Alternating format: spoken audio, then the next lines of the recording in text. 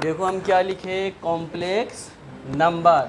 तो complex number कहता किसको है, उसका डिफिनेशन लिखे कि any number of the form x plus I by is called complex number. यानी कोई भी समीकरण x प्लस आई बाई या a प्लस आई बाई या कुछ भी रहे, एक टर्म में कैसे भी रहे, लेकिन एक के साथ क्या होना चाहिए, आई जुटा हुआ होना चाहिए। अगर आई बाई जुटा हुआ होगा, एक्स और बाई की जगह पे कोई भी डिजिट हो सकता है, उसी को हम क्या कहेंगे, complex number. Whose x is real part, जिसके साथ आई नहीं लगा हुआ होगा उसको क्या कहेंगे, रियल पार्ट, और जिसके साथ आई जुटा हुआ होगा इमेजिनरी पार्ट कहेंगे। इसको मोस्टली किससे डिनोट करते हैं, सूचित करते हैं, जेड से या सी से। सी इंटर में नहीं, ये ऑनर्स में सी आता, कॉम्प्लेक्स नंबर वहाँ यूज होता है, फिर भी ये याद रखना। एंड इसको परिभाषित कैसे करते हैं कि जेड बराबर क्या, एक्स प्लस आई बाई। अब देखो जेड के लिए एक्स प्लस आई बाई भी लिख दिए, और जेड के लिए फिर क्या लिखे, ए प्लस आई बाई। यानी कि एक और आई जिसके भी साथ रह जाए वो कॉम्प्लेक्स नंबर को इंडिकेट करेगा। ये दोनों कुछ भी आ सकता है, ये भी। अब सी भी वही चीज़ है, कॉम्प्लेक्स नंबर। सी के लिए भी हो सकता है एक्स प्लस आई बाई, ठीक, इसमें कोई दिक्कत।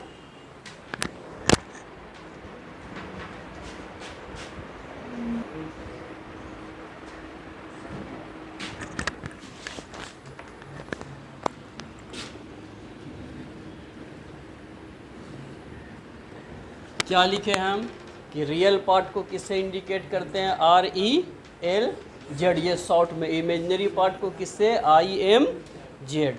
और कॉम्प्लेक्स नंबर में आई स्क्वायर का मान कितना होता है, -1। और फिर जब ओमेगा वाला जाएगा तो वहाँ ओमेगा क्यूब का मान 1 होता है। फिर क्या लिखे, देखो, मैग्नीट्यूड ऑफ जेड या मोड ऑफ जेड या मोड ऑफ जेड। मैग्नीट्यूड मतलब तीनों क्या है, एक ही नाम है। अगर हमको ये निकालने कह दे मोड ऑफ जेड, या ऐसा लिख दे मोड ऑफ जेड, या मैग्नीट्यूड ऑफ जेड लिख दे, इसी में और एक चीज़ लिख सकता है, इसका मॉडुलस ऑफ जेड। ये कुछ भी लिखेगा सबके लिए एक ही फॉर्मूला आएगा, वो अभी लिखेंगे हम। देखो आर्गूमेंट ऑफ जेड लिखे, आर्गूमेंट को शॉर्ट में क्या लिखता है, ए आर जी। आर्गूमेंट ऐसा लिख दे, या एम्पलीट्यूड ऑफ जेड लिख दे, या एम्पलीट्यूड को शॉर्ट में लिखता है ए एम पी जेड, और आर्गूमेंट को शॉर्ट में लिख देता है ए आर जी जेड। ये तीनों क्या है, सारा एक ही नाम है। आर्गूमेंट निकालने का है चाहे एम्पलीट्यूड का है, दोनों क्या है, सेम। दोनों का शॉर्ट फॉर्म क्या है, एम्पलीट्यूड को शॉर्ट में क्या लिखेगा, ए एम पी जेड, और आर्गूमेंट को क्या लिखेगा, ए आर जी जेड। अब मॉडुलस कैसे निकालता, आर्गूमेंट कैसे निकालता, उसके लिए हम एक क्वेश्चन लिखते हैं। ये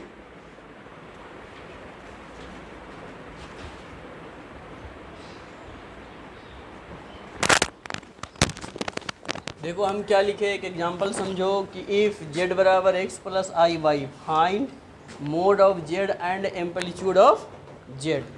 तो अब मान लो कोई भी क्वेश्चन रहेगा, ये तो एक हम इसलिए एक्स प्लस आई वाई लिखे कि मोड ऑफ जेड और एम्पलीट्यूड ऑफ जेड निकालने के लिए सीखो क्या फार्मूला यूज होगा। तो ये एक फार्मूला ही है, तो हम लिख दिए कि फार्मूला को क्या किए, हम क्वेश्चन बना दिए हैं, ठीक। तो लिख दिए कि एक जेड बराबर क्या दिया हुआ है, एक्स प्लस आई बाई। तो मोड ऑफ जेड कहे या ऐसा लिखे, तो इसका मतलब क्या लेना, ये जो पहला पार्ट हो इसका स्क्वायर करेंगे, और आई के साथ जो भी लगा हुआ होगा उसका स्क्वायर। अब मान लो यहाँ पे 2 - 3i दिया हुआ, इसका मोड ऑफ जेड निकालना हो तो क्या करेगा, 2 का बीच में क्या रहेगा, और आई के साथ जो लगा हुआ है उसका स्क्वायर। समझ गया।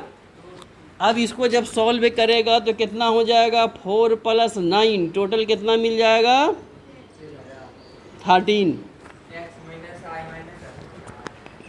अब ये जब किसी भी चीज़ का मोड निकालना हो, अब इसी की जगह पे सपोज कर लो ये एक से माइनस हो जाए आई बाई, तो यहाँ पर क्या हो जाएगा, माइनस बाई का स्क्वायर हो जाएगा।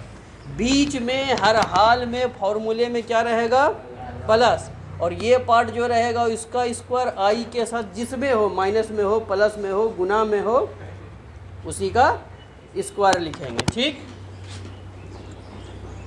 अब फिर हम क्या लिखें, एम्पलीट्यूड ऑफ जेड, शॉर्ट में क्या लिख सकता है, एम्पलीट्यूड ऑफ जेड। तो इसका क्या फॉर्मूला देगा, tan इनवर्स बाई बटे एक्स। अब जैसे यहाँ x प्लस आई वाई था तो i के साथ जो लगा हुआ वो कहाँ है, ऊपर, और x के साथ जो है वो कहाँ रहेगा, अगर यहाँ माइनस कुछ रहेगा तो माइनस दे के लिख देंगे। यही दो फॉर्मूला इसमें। ठीक, लिखो, हो गया।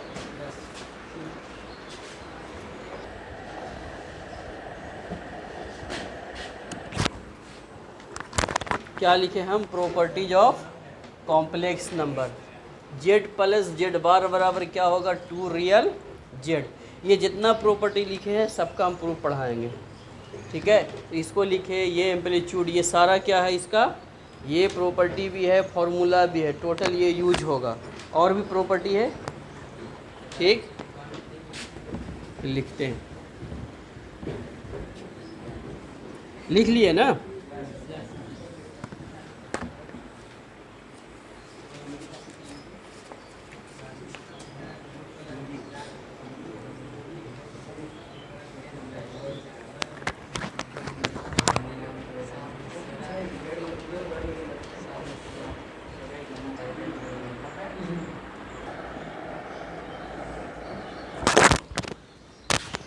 क्या लिखे हम, properties of addition of complex number, यानी जोड़ के तहत जो है कॉम्प्लेक्स नंबर का, ये नहीं भी लिखोगे ये प्रॉपर्टीज ऑफ एडिशन तो इसको सिर्फ लिख सकता है, यानी रिमार्क्स लिख सकता है या नोट में लिख सकता है, या ये भी लिख देगा, कोई प्रॉब्लम नहीं। क्या लिखे, पहला होता है क्लोजर प्रॉपर्टी। एडिशन से किसको कहता है कि दो कॉम्प्लेक्स नंबर का जोड़ जो होगा फिर दोबारा क्या होगा, जोड़ ही होगा, क्योंकि ये ऑब्जेक्टिव में आता है कि दो कॉम्प्लेक्स नंबर को जोड़ेंगे तो अगला क्या आएगा, कॉम्प्लेक्स नंबर। ठीक, उसी को लिखे। कॉम्यूटेटिव लॉ लिखे कि अगर दो कॉम्प्लेक्स नंबर है Z1 प्लस Z2 तो इसको Z2 प्लस Z1, जैसे 2 प्लस 3 कितना होगा, 5, 3 प्लस 2 क्या होगा, 5, उसको कौन सा लॉ कहता है, कॉम्यूटेटिव लॉ कहता है। अब एसोसिएटिव लॉ क्या है इसमें, एडिशन में, कि Z plus Z2 plus Z3, ये ब्रैकेट में था तो इसको क्या करेंगे, इस दोनों को, तो सिर्फ क्या ब्रैकेट का लफड़ा है, बाकी अगर 2, 1, 3 जोड़ में लिखेगा तो उतना ही पूरेगा, फिर उल्टा के भी लिखेंगे तो उतना ही पूरेगा। यही है कॉम्यूटेटिव लॉ। अब इसका गुना के तहत भी आता है, इसमें अब एक लिखना, existence of identity.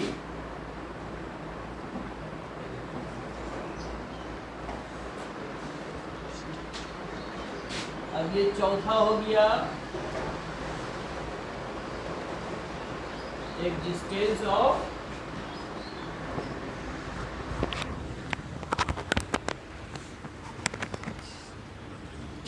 existence of additive identity या एग्जिस्टेंस ऑफ एडिटिव इनवर्स। क्या लिखेगा, एग्जिस्टेंस ऑफ एडिटिव इनवर्स। अब जैसे देखो लिख दिए हम, Z प्लस 0, 0 प्लस Z बराबर क्या मिला, यानी कि इसमें जो इनवर्स का काम करेगा वो कौन करेगा, 0। अब ऐसा लिख, आइडेंटिटी लिखे तो इसको ये भी लिख सकता है जैसे बाकी में लिखे थे ना, कि for any complex number Z we have. Existence of additive inverse का क्या मतलब है कि अगर इसमें हम 0 जोड़ दें या 0 प्लस ये कर दें तो वो दोनों क्या मिल जाएगा, Z ही मिलेगा।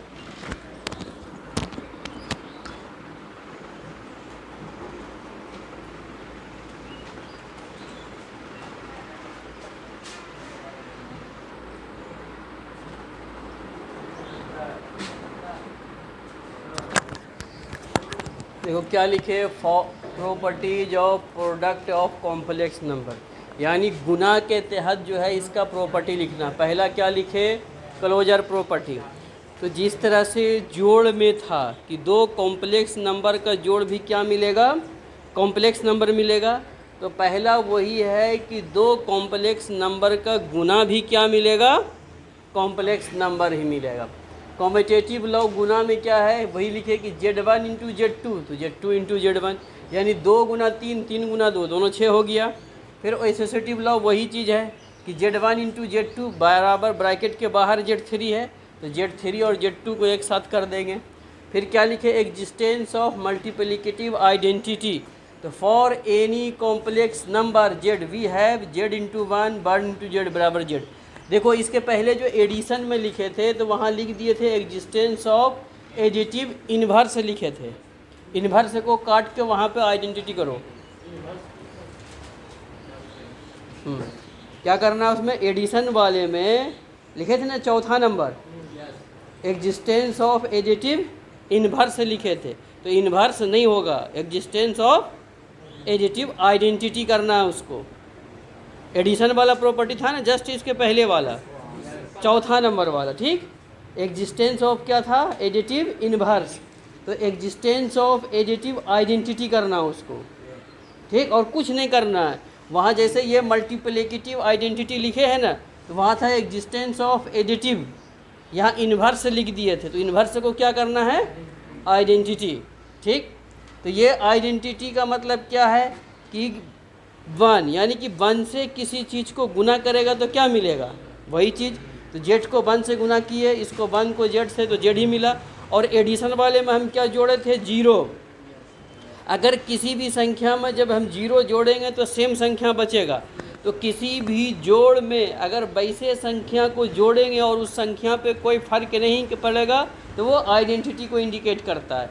जैसे 5 + 0 लिखते तो 5 ही 0 आइडेंटिटी को। तो इसमें मल्टीप्लिकेशन में क्या है कि 1 से गुना किसी भी संख्या को करेंगे तो क्या मिलेगा, 1।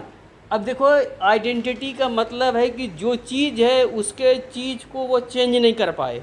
जैसे ए मल्टीपल गुना में क्या है कि 1 से किसी भी संख्या को गुना करेंगे तो वो सेम संख्या रहेगा।